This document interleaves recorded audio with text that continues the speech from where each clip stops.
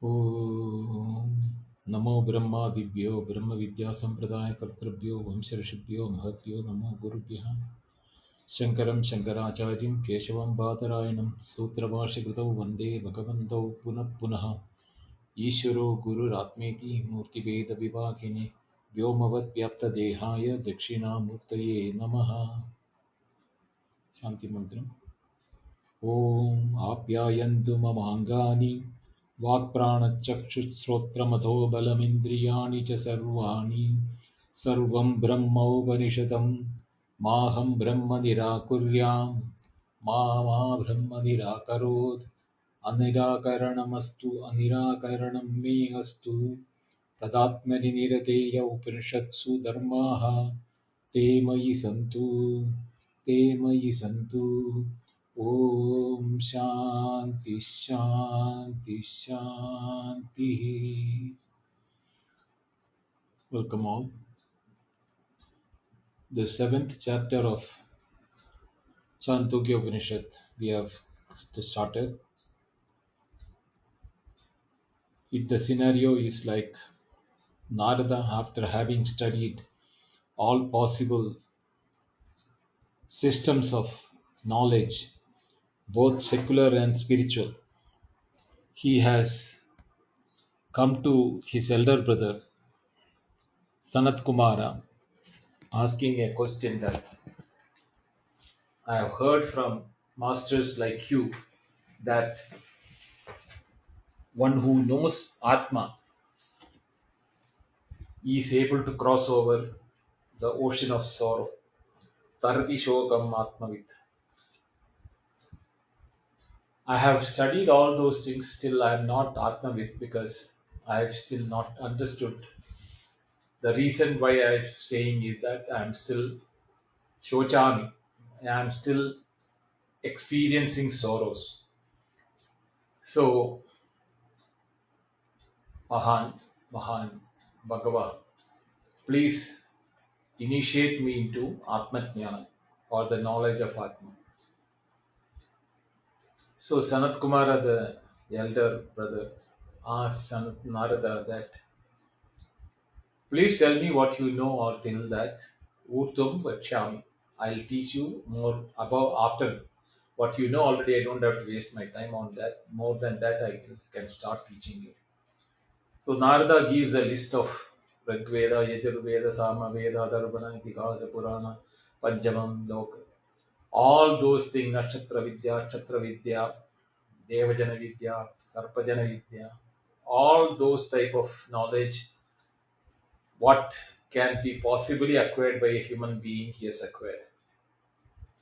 Still, I am in sorrow. Only a person who knows the self of everything, he is without a sorrow. So please initiate into me.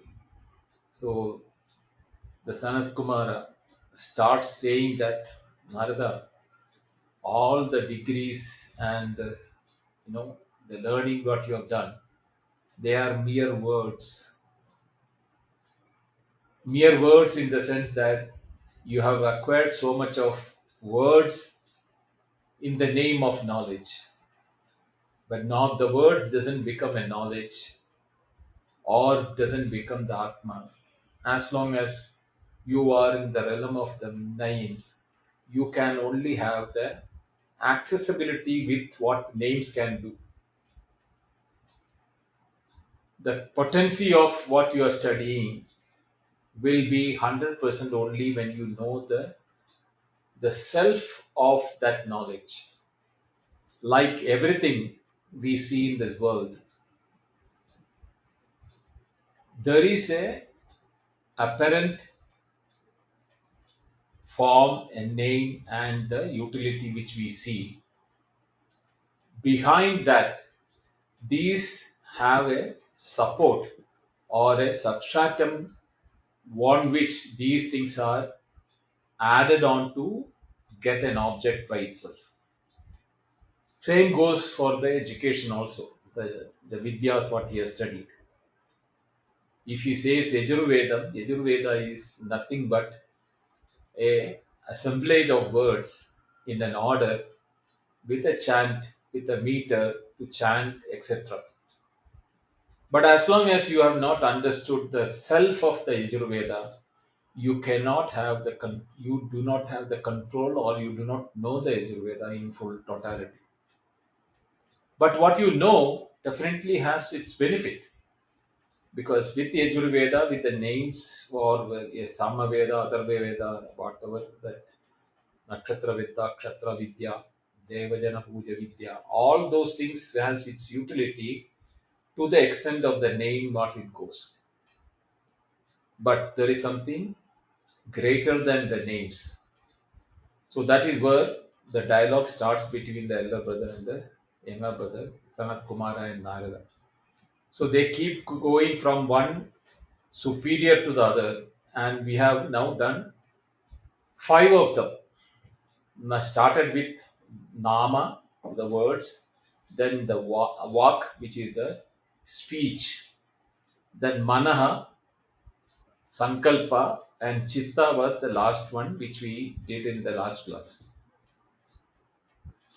Now Chitta, we know that Chitta is that aspect of uh, intelligence, not the external logical intelligence, but what is internal, which helps the mind to differentiate between the established and not established. That means which is apparent and which is real. So, yaha chittam brahma supaste chittan vai sa lokan dhruvan adhruvan pratishthitan pratishtita avyadamana adnanavyadamana avisadyayati yavat chittasya gadam tatra tasya yada kamajaro bhavati yaha chittam brahmastyupaste.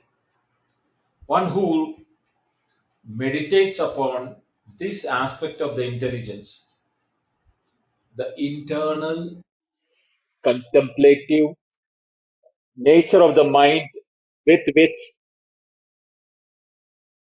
the internal nature of the mind with which we are able to differentiate between the right methodology of understanding and the methodology with which we are not able to differentiate between the right and the wrong, or the applicability, right applicability and wrong applicability is the reason why we are not able to even use our mind properly. So one who has done this meditation or contemplation on the aspect of this intelligence as Brahma, means that is the substratum for the mind to function. Here, when we say Brahma, you should not take the Brahma as what it is that mentioned as Satyajnanamanandam Brahma or Sachidanandam Brahma. Everything is Brahma. Sarvam Khaluidam Brahma. That is how we started the Upanishad.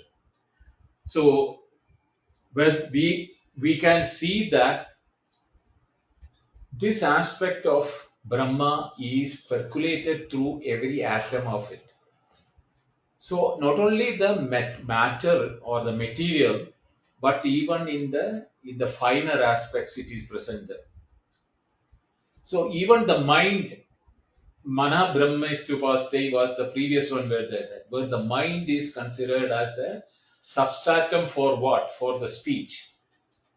Now we are here, it is saying that intelligence which can help the mind to establish the right approach, now that is the substratum on which the mind is operating. So intelligence is now the Brahma for the purpose of the mind to operate itself. So the one who does on the intelligence, he has the what you call the area of operation, as long as the potency of that intelligence has the capacity to help the mind. So Narada asks again, "Oh sir, either something greater than intelligence or the chitta, on which the chitta is depending upon the substratum for the chitta to be effective. So one here we are going from one finer to the another finer aspect of it. So Sanatkumara says, yes, Dhyanam Bhava Chittad Bhuya, the sixth one which we are going to mention here now.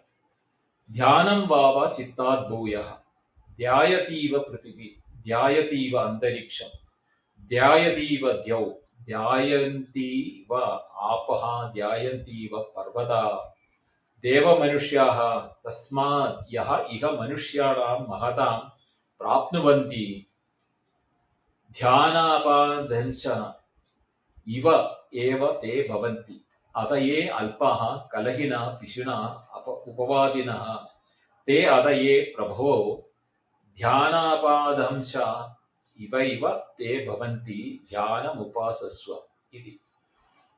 Now he is saying that you have to now meditate upon Dhyanam. Dhyanam is that aspect of the contemplation. See, we have the confusion between contemplation and meditation. Very fine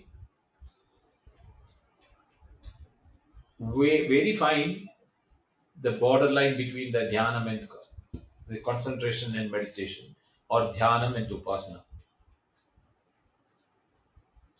The Sanskrit words are very, very descriptive in when they say dhyanam is a intelligent aspect of it. Dhyadi, it is coming from the intelligence aspect or the buddhi, from where that aspect of contemplation is taking place.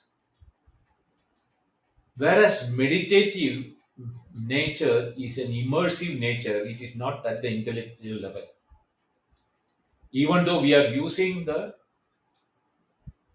finer aspects of our being, it is not the intellectually we are meditating. There is an immersive feeling or a totality to that meditation aspect. Not the mind, not the breath, not the ears, not the sound, the whole body, the totality of being is with which the meditation takes place.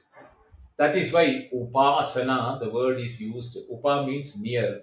As dhatu means to be. To be near something in totality. That is what upasana is there. Whereas dhyana, dhyaya, or here dhyanam, what is being mentioned is intellectual contemplation with which the intelligence gets into the substratum for its performance. So we know the mind, the chitta, now it is the dhyanam. So what happens is that when the intelligence aspect of the mind depends upon the contemplation, that will help the what you call the one who is looking for the finer aspects on which the intelligence can be successful. It is not just depend upon the memory alone. It is a faculty which is much superior than the logic or the intelligence. You can say that it is a form of total concentration or attention, where one needs to comprehend the purpose of intelligence, the dependency of the intelligence to make a right choice. We have the tendency that whenever we are into any of the activity, there are so much of distraction, so much of wavering of the mind, and mind goes into different paths and flights, and we never get a concentration. The best example I can tell you is from Mahabharata. When the test was done for the students or the Kshatriya kings, children, both Pandavas and Kauravas, was taken by Drona. He asked everyone whether you are seeing the target. The target was the eye of a wooden parrot sitting on the top of a branch. So all of them say that different aspects of this thing, that I am seeing the branch and the parrot, I am seeing the parrot, it's a green one. Some were saying that I am seeing the tree, the branch and the parrot. That way different people are placed. The real one who was able to successfully do that was Arjuna. When Drona asked Arjuna, what do you see? He says that I see only the eye. I don't know whether it is anything else is there. I can only see the eye, and if you are seeing the eye, shoot your arrow and let me see whether you are seeing the right thing. And that is how Arjuna does it. His arrow goes and pierces the eye of the parrot directly. This is the concentration a successful cricket person, when he is standing at the batting end and the bowler is coming with all the fury, he is neither seeing the bowler nor his actions, nothing. His attention will be fully on the ball, from the hand, how it is getting released, what type of a spin it is taking, and where it is pitching, and when it is bouncing. By the time it approaches him, he is ready with the bat.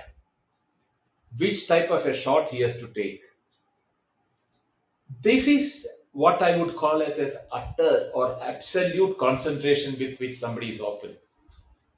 Now, how many of us use such type of utter concentration in our day-to-day activity? None of us have the potency for it. That is why we are not successful in many of our activities in our life, because we do not have this concentration, this dhyana. Contemplation or concentration, both the words are to be used either, as one another. This concentration with which we understand things is the reason why we are able to make a right choice, with which the mind can function, and the mind then produces the right words for speaking, and then the words come out. So that, the whole process. We think that, when we talk, it is very simple and we can then go on talking something. But if you look at the people who are being successful to conveying the message, they do not use even one word out of place or a wrong word. The reason is that they are concentrated on the subject on which they want to talk. They have picked up the right words, they know the modulation requirement, and then their speech is controlled, and they make an impact when we listen. These are the people who make an impact when we sing. Why? Otherwise, everybody in the world can speak. Why is that some of the people, when they speak, there is a pin drop silence?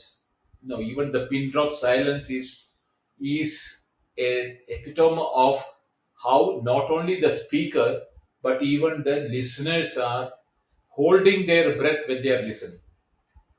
That is why the pin drop silence is mentioned as that. Is that. So you can see that the importance of dhyana in our progress towards a finer levels of even understanding what is the substratum of all, the self of all. So, yaha saha yad dhyanam brahma iti upaste.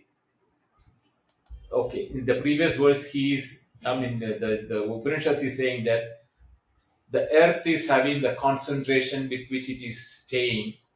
The sky is in the way of contemplating, or that is concentration, that is why the sky is staying there. The heavens are concentrating, the water is concentrating, mountains are concentrating, Deva, Manushya, the deities and the human beings.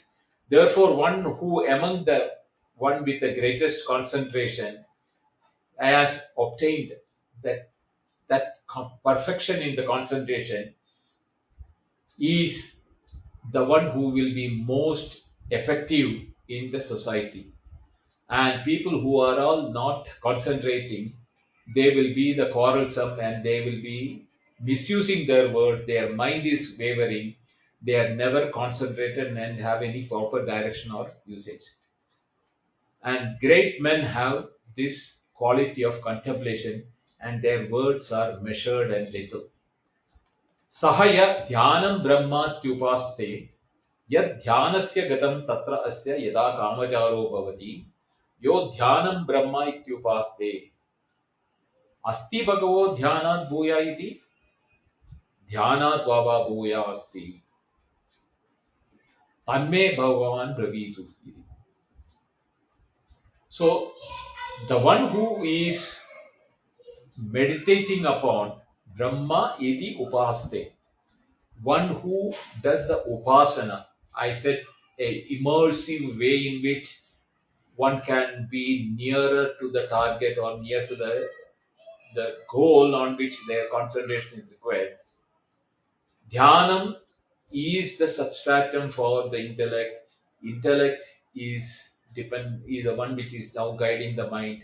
The mind is the one which is guiding the speech, and the speech is the one which is giving the right words.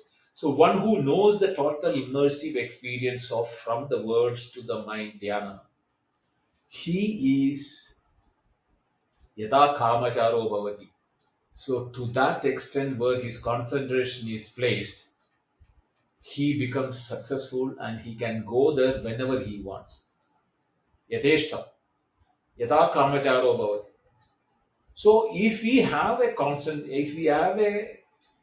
plan to achieve something in our life, and if we develop this aspect of concentration on that, we can be in a position to go there whenever we want.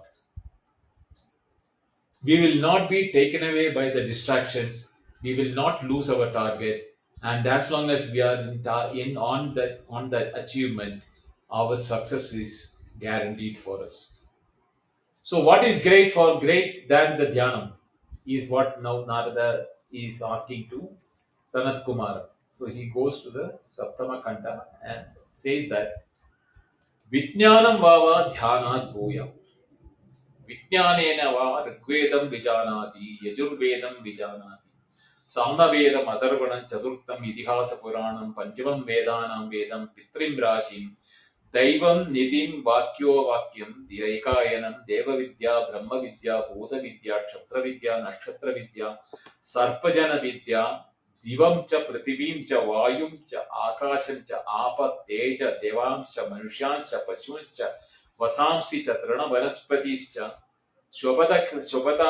Shobhatanyan Krira Patanka Pipiligam Dharma cha Satyam cha Anrutam cha Sadhu cha Hridayatnyam cha Annam cha Rasam cha Imam cha Lokam Amum cha Ena Eva Vijanayati Vijnanam Upasaswa Iti. Even though it's a very long one, then that since he is repeated to Narada, you know all those things like Rigveda, Samaveda, Yajurveda, Hidivasa Purana, all the list. Apart from that, he adds further. Divam cha prithivim cha ayum cha akashim cha apas cha tejas cha devams cha manushyansh cha pashus cha vasamsi cha tranavaspratim. Shubhatakida pritanka pipilika dharma adharma satya anrutam dhatu asadu hridayatnyam ahridayatnyam cha annam cha rasam cha imam cha lokam cha amum cha lokam vijnanena eva vijana. So all those things which you have listed out to me that you know, plus what you do not know, is coming from that aspect of vijnana.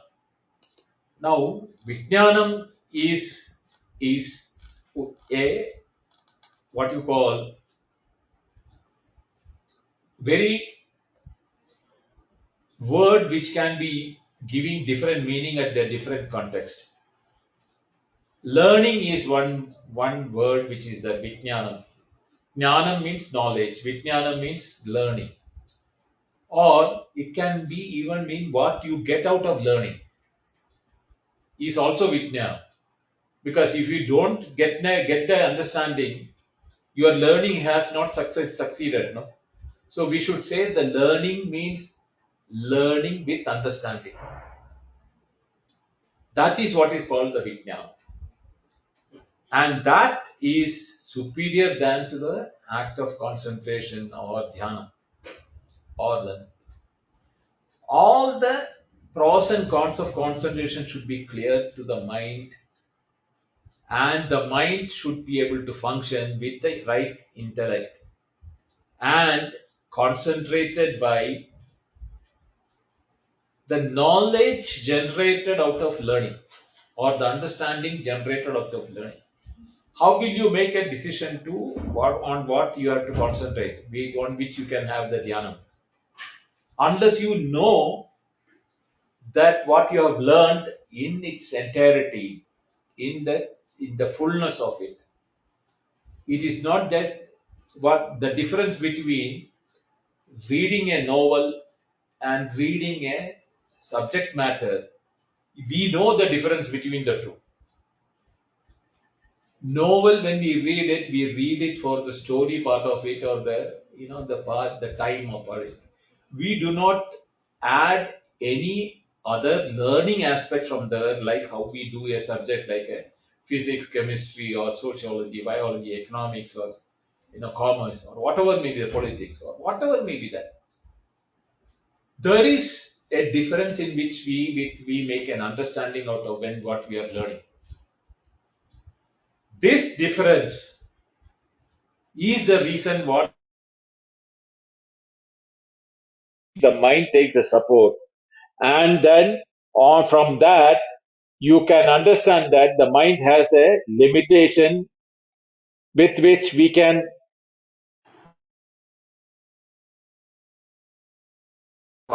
understood from the learning only can help in concentrating for our purpose of mind to deploy properly. So therefore, all those things which you have studied, like Rigveda, Yajurveda, Samaveda, all those things, plus the list of the things what is like the Vedas and the science, also even the animate and inanimate things which we call it as here, no, what is that? Yet, dharmam cha dharmam cha, pashum cha vanamsi, prithvi, vayu, akasham. All of those things, animate and inanimate, plus moral, dharmam, adharmam, satyam, anardham, truth and falsehood, sadhu cha, what is right and what is wrong. All those things, annam cha, rasam cha, imam cha, lokam cha, this world and the world outside the world, all those things can become known to you only if you learn and understand about them properly. Just by hearing that there is Vedanta, there is Atman, there is Brahma, you will never know what are they. To know what are those things, you need to learn them with a proper understanding. Therefore, Vijnanam Upasasva. You have to contemplate or meditate upon that aspect of understanding with which what you learn becomes your being. Saya Vijnanam Brahmastyupaste Vijanavataha Vai Saha Lokans Janavataha Abhisiddhyati. Yavat Vijnanasya Gatam Tatra Asya Yadau Kamajaro Bhavati Yo Vijnanam Brahma Ityupaste. So one who gets the proper understanding out of the learning by being the understanding with a part and parcel of him. It is absorbed in his being. Once he studies, he doesn't have to refer to that.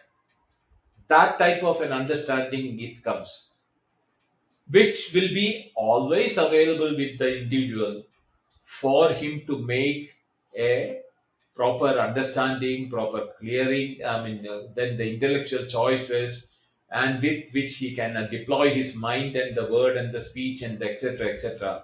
All those success lies only when you When this understanding what you learn becomes part and parcel of you, that understanding is not to be seen as something which is outside you. It is always with you.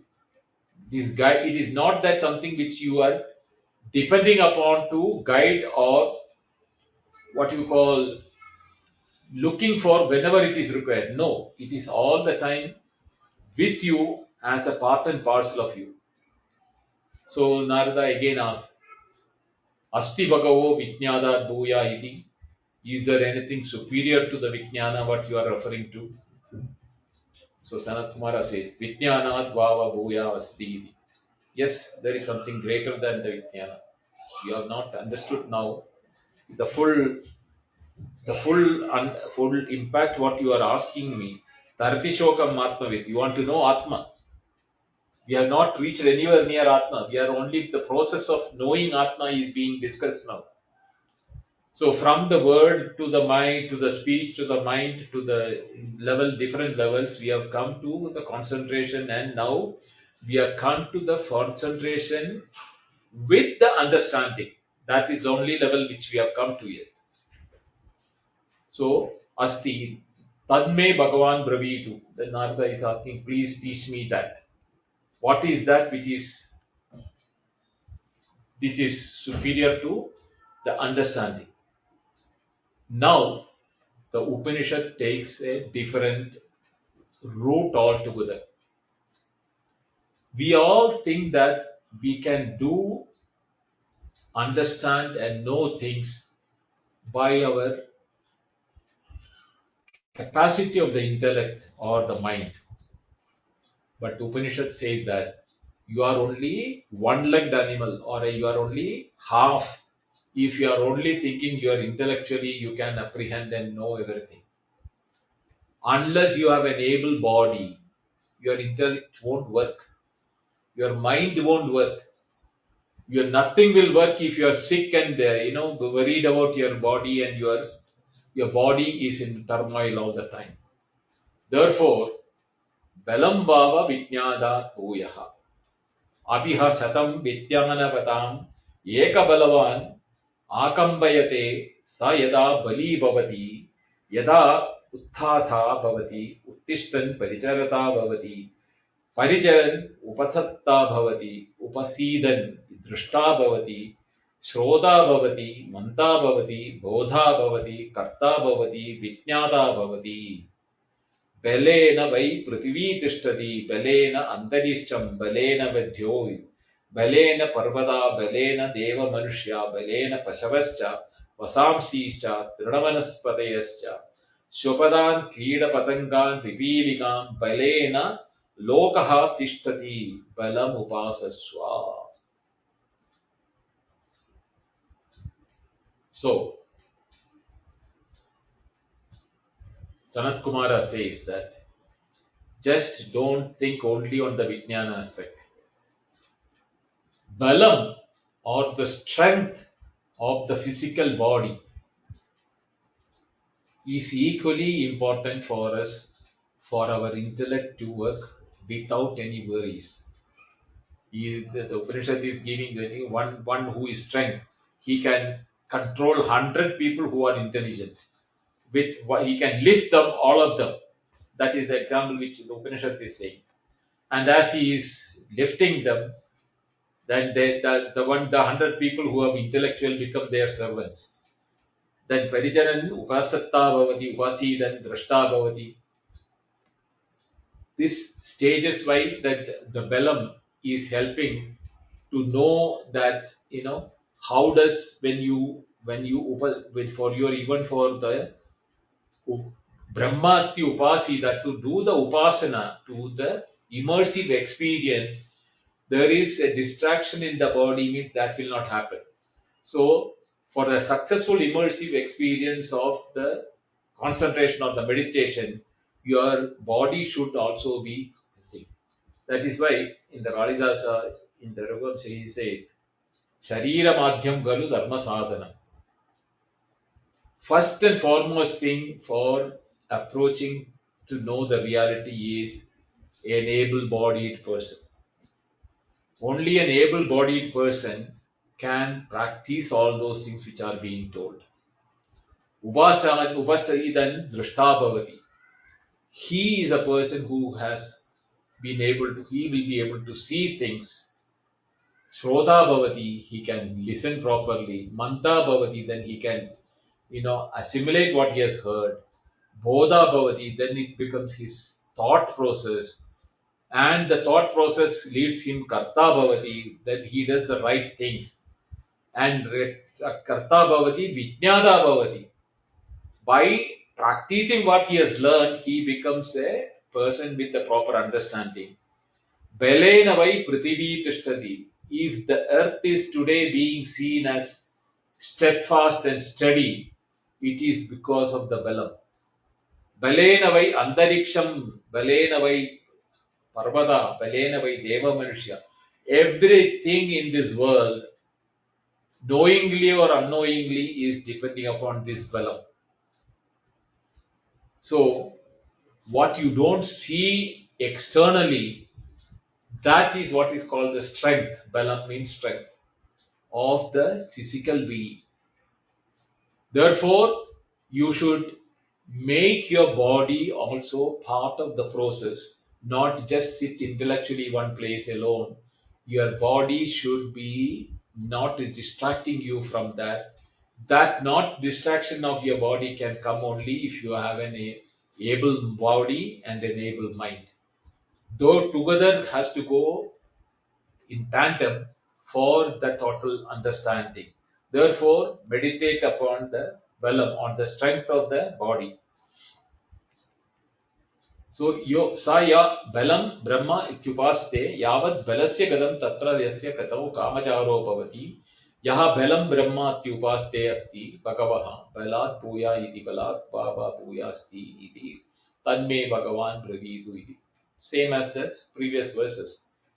As much as you have that able body, so much will be your potency to pursue this understanding of the Atma or Brahma Vijnana. Because an disabled body or an incapacitated body, your concentration will be on that, or your attention will be taken away by that part of the body. Therefore, as much as the body has the freedom with the balam, to that extent you are yadau kamacharo bhavati, you becomes absolutely free from and strong enough to take your mind and intellect without the distraction from the body level. So then the Narada, as usual, asks, is there anything superior to the Balam, what you are talking about? Yes, there is something superior to both. Tanme Bhagavan Pravidu. Please explain that to me, Sanatkumara.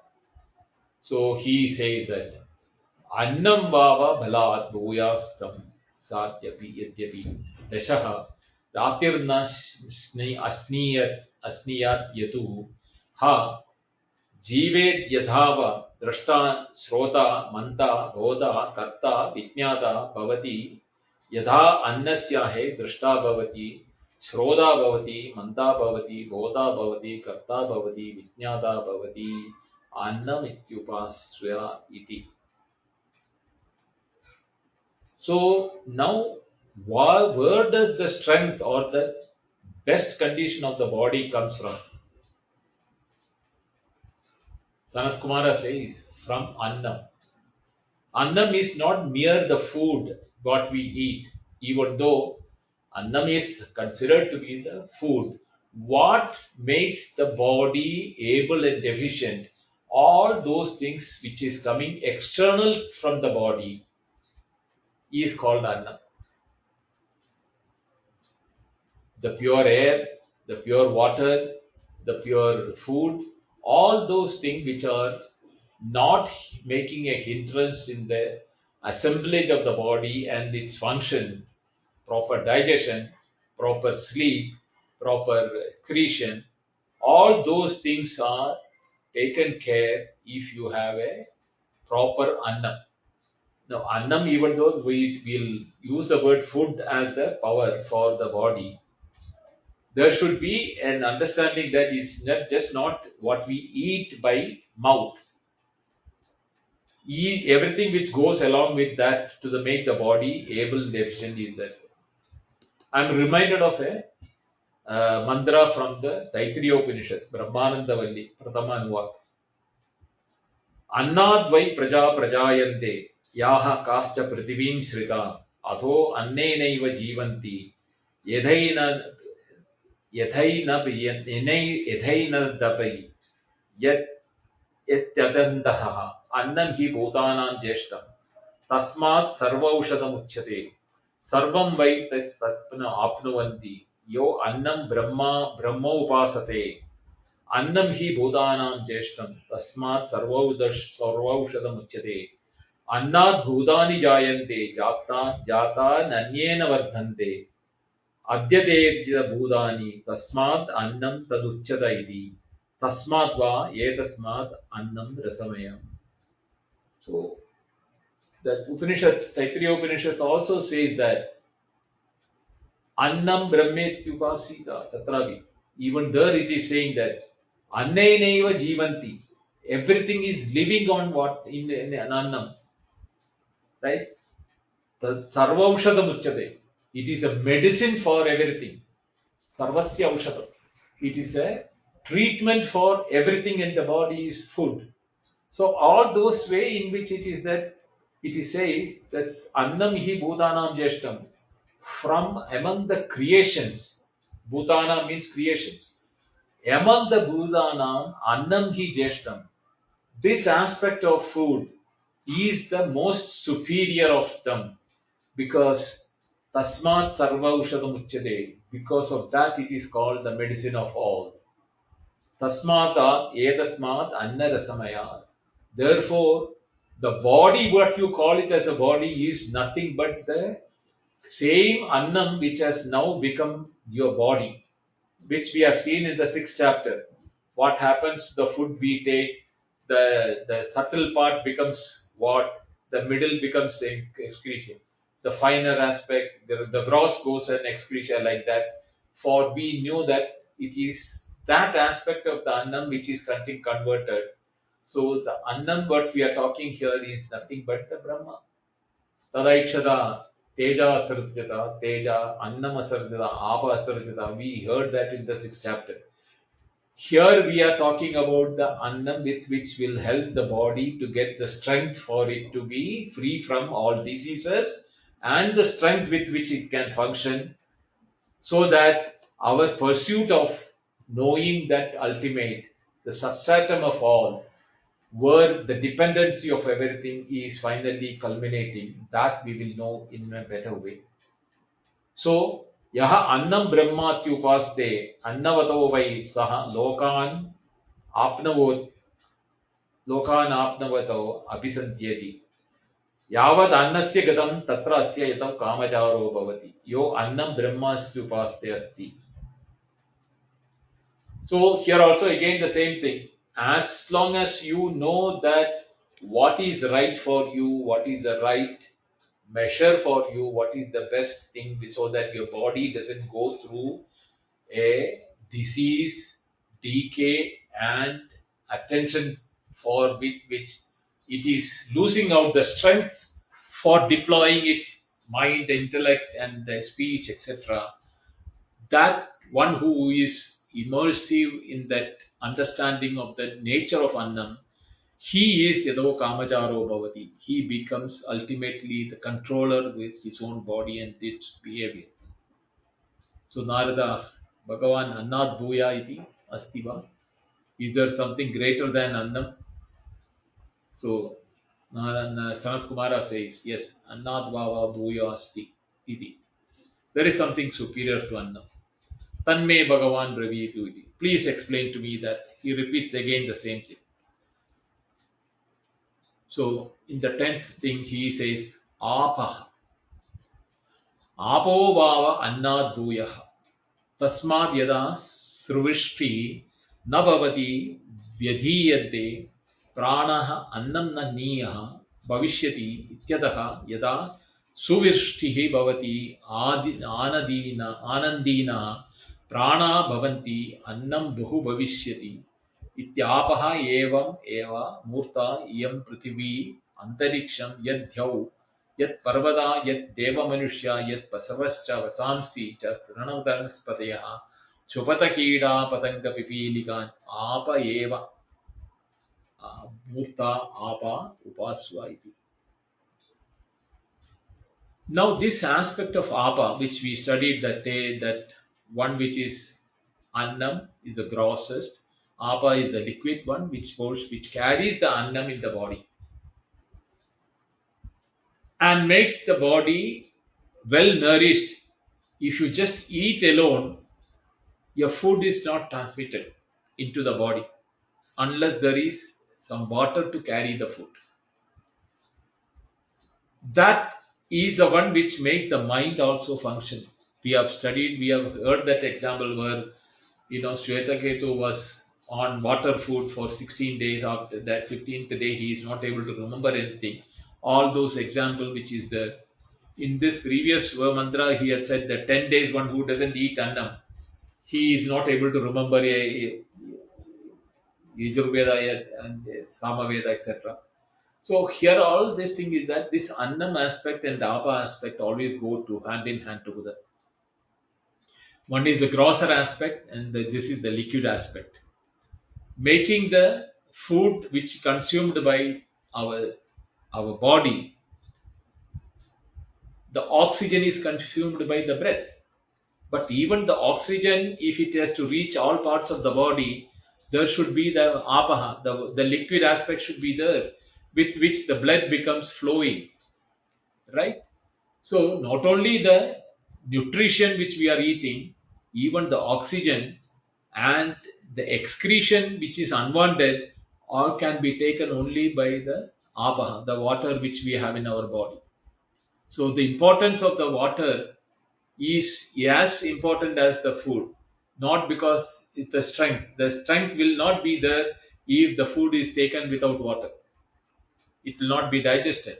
You will have constipation, or you may not develop the digestive property, and you may develop a stomach problem. All those things are going hand in hand. So, apaha bhava bhuyat. Therefore, this watery aspect is superior to the annam, because annam alone cannot function in the body. Therefore, you need apaha also. So, one who meditates upon apaha, so that water is taken away. The example is given that if the rain doesn't come, the vegetation doesn't survive. If the vegetation doesn't survive, then food will not happen. All those things are given in the example in the mantra.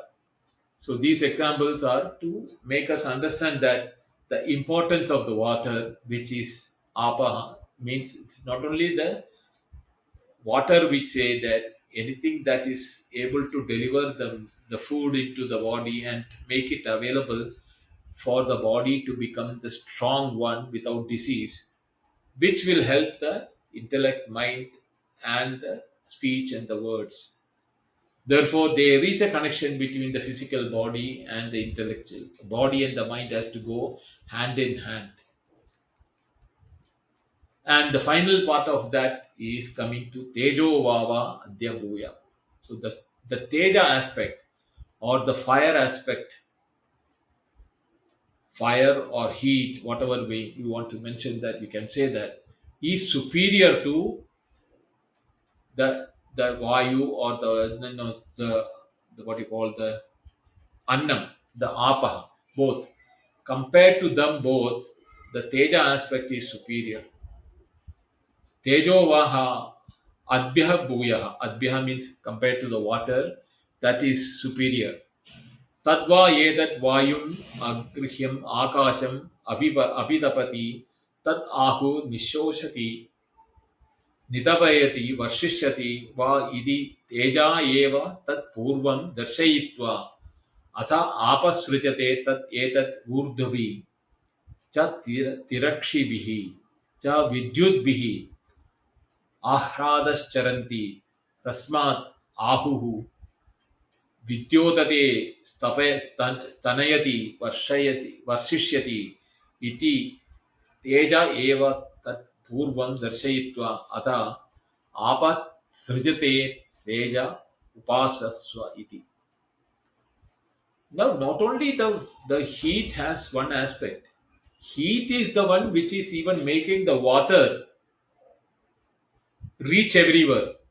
If there is no heat in the surface of the earth, no clouds will be there, no rains will be there, no rains will be there, no vegetation will be there.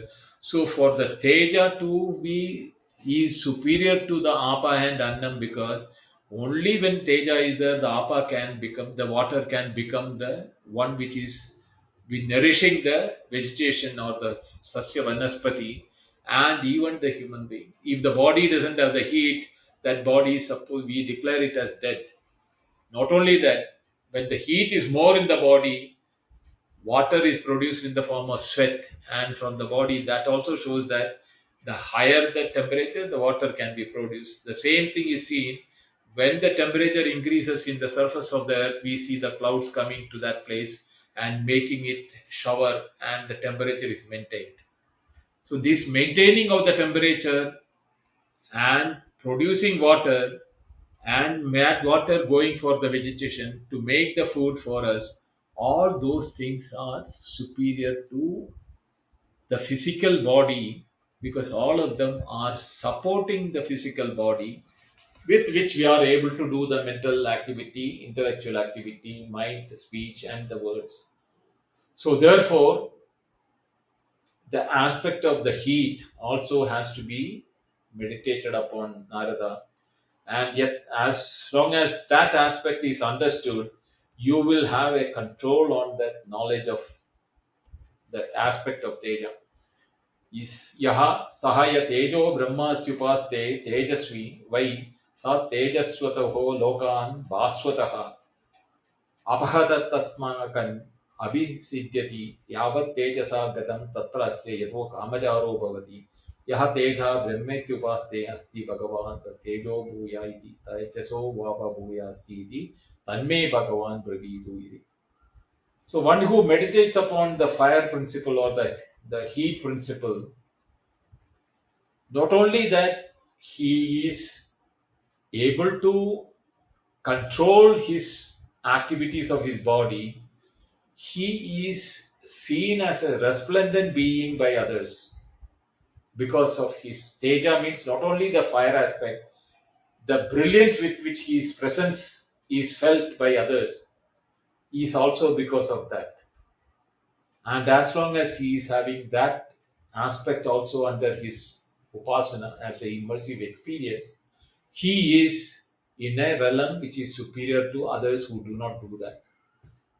So that the body part becomes total if you take into account that balam, annam, apaha and teja all put together makes the body, and previous to that all that is required, the antakaranam is explained in the mana, chitta, dhyanam, all those playing, and vijnanam.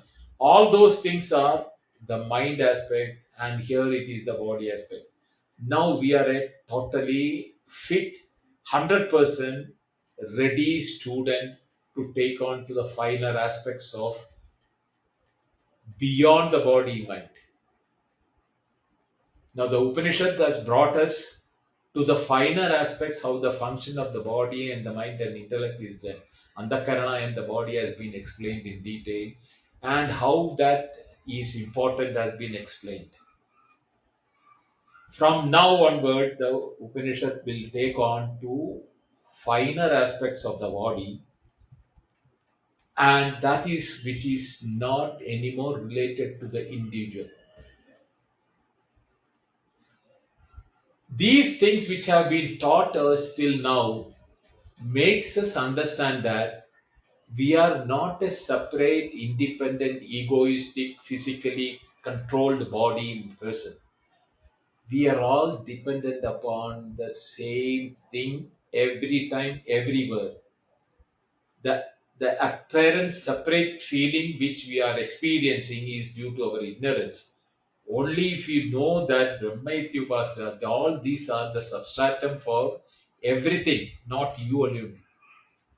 The individuality can be vanished in this very moment. Because there is no place where you can say that where you are independent, your individuality can be placed. The entire creation is sharing the world and the benefits of this creation, from which the body and the inner equipments are getting the strength and the methodology with which you are functioning. When we do not have an understanding of that, we feel that we are a potent individual independent being, and therefore we tend to feel that we are separate from the world. And this is the reason we always fall into a pit not to know the reality, and we think that we are independent, egoistic, superior to others or inferior to others, beautiful to others, ugly to others, richer to others, poorer to others. All those differentiation is coming because we have not immersed ourselves into the nature of the world, supporting each other through everyone and every aspect of it. So only one who has graduated in getting immersed in his being into these common nature of the world or the common nature of experiences of everyone, he crosses beyond the limitation of the individuality, and he is the one who is now ready to take on the finer aspects of creation, which we'll take up in the next class. On Friday we'll do that. I'll stop it here. ॐ पूर्णमद पूर्णमिदं पूर्णात् पूर्णमुदच्यते पूर्णस्य पूर्णमादाय पूर्णमेवावशिष्यते ॐ शान्ति शान्ति शान्तिः हरिः ओम श्री गुरुभ्यो नमः हरिः ओम थैंक यू धन्यवाद